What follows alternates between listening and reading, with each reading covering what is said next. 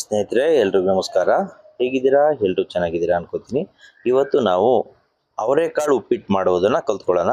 ಆದರೆ ಇದರ ಸ್ಪೆಷಲ್ ಏನಪ್ಪಾ ಅಂತಂದ್ರೆ ರವೆ ಇಲ್ದೇನೆ ಅವರೆಕಾಳು ಉಪ್ಪಿಟ್ಟು ಮಾಡೋದು ಹೇಗೆ ಅನ್ನೋದನ್ನ ಮುಂದೆ ಹೇಳ್ಕೊಡ್ತೀನಿ ನಿಮಗೆ. ಮೊದಲನೇದಾಗಿ ಈರುಳ್ಳಿ, ಟೊಮೊಟೊ ಹಣ್ಣು, ಹಸಿರು ಮೆಣಸಿನಕಾಯಿ, ಕೊತ್ತಂಬರಿ ಸೊಪ್ಪು, ಅವರೆಕಾಳು ಮತ್ತೆ ಕಾಯಿನ ತುರಿದಿಟ್ಟು ನೀವು ರೆಡಿ ಮಾಡ್ಕೋಬೇಕಾಗುತ್ತೆ.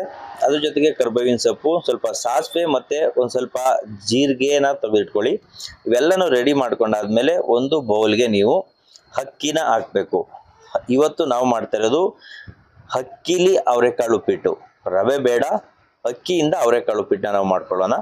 ಮೊದಲನೇದಾಗಿ ನೀವು ನಿಮ್ಮ ಮನೆಯಲ್ಲಿ ಒಂದು 3 ಜನ ಇದ್ದೀರಿ ಅಥವಾ 4 ಜನ ಇದ್ದೀರಿ ಅಂದರೆ ಒಂದು 3 ಲೋಟನ ಅಥವಾ ಒಂದು 2.5 ಲೋಟನ ನೀವು ಅಕ್ಕಿನ ಫ್ರೈ ಮಾಡ್ಕೋಬೇಕಾಗುತ್ತೆ ಸ್ನೇಹಿತರೆ. ಅದಕ್ಕೆ ಎಣ್ಣೆ ಆ್ಯಡ್ ಮಾಡೋಕೆ ಹೋಗಬೇಡಿ.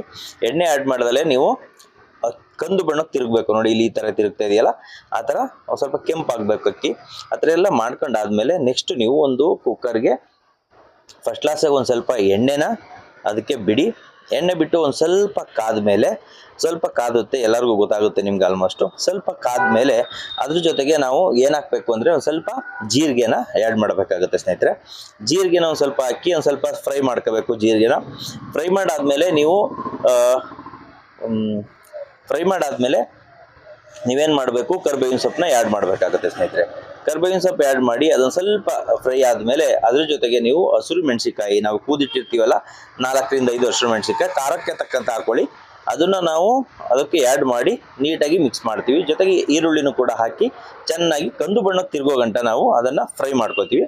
ಈ ಥರ ನೋಡಿ, ಈ ಥರ ಎಲ್ಲ ಹಾಕ್ಕೊಂಡು ನೀಟಾಗಿ ಫ್ರೈ ಮಾಡ್ಕೋಬೇಕಾಗುತ್ತೆ.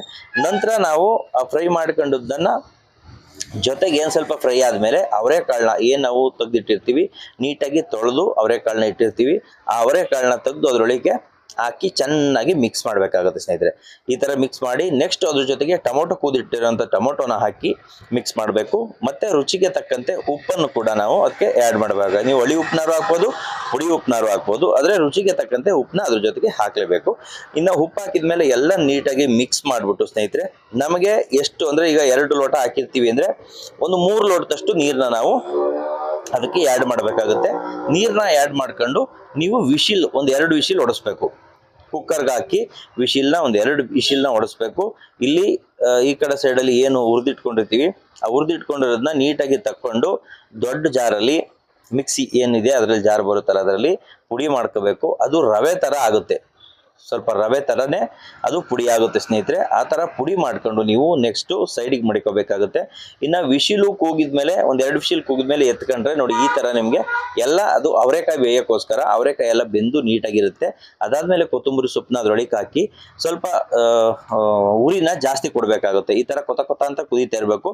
ಅದ್ರ ಜೊತೆಗೆ ನೀವು ಕಾಯಿನ ತುರಿದಿಟ್ಟಿರ್ತಾರಲ್ಲ, ಆ ಕಾಯಿನೂ ಕೂಡ ಅದರೊಳಗೆ ಮಿಕ್ಸ್ ಮಾಡಬೇಕು.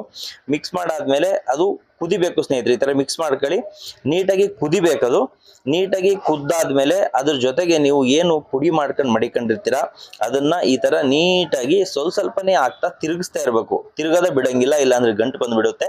ನೀವು ನಿಧಾನಕ್ಕೆ ತಿರುಗಿಸ್ತಾ ಅಲ್ಲೂ ಸ್ವಲ್ಪನೇ ಹಾಕ್ತಾ ಇರಬೇಕು. ನೀವು ತಿರುಗಿಸ್ತಾ ಇದ್ರೆ ಅದು ಗಟ್ಟಿ ಆಗಕ್ಕೆ ಸ್ಟಾರ್ಟ್ ಆಗ್ತದೆ ಸ್ನೇಹಿತರೆ. ಕೈಗೆ ಆರಕ್ಕೆ ಚಾನ್ಸಸ್ ಜಾಸ್ತಿ ಇರ್ತದೆ. ಅದರಿಂದ ನೀವು ಕೈಗೆ ಗ್ಲೌಸ್ನ ಯೂಸ್ ಮಾಡ್ಬೋದು, ಇಲ್ಲ ಪ್ಲಾಸ್ಟಿಕ್ ಹಾಕಬಹುದು. ನೋಡಿ ಈ ಥರ ಗಟ್ಟಿ ಆಗ್ತಾ ಬರ್ತಾ ಇದ್ದಾರೆ. ನೀವು ನೀಟಾಗಿ ತಿರುಗಿಸ್ಬೇಕಲ್ಲ, ನೀಟಾಗಿ ಸ್ಮ್ಯಾಶ್ ಮಾಡಬೇಕು. ಇಲ್ಲ ಅಂತಂದರೆ ಅದು ಏನಾಗ್ಬಿಡ್ತದೆ, ಗಂಟಾಗುತ್ತೆ.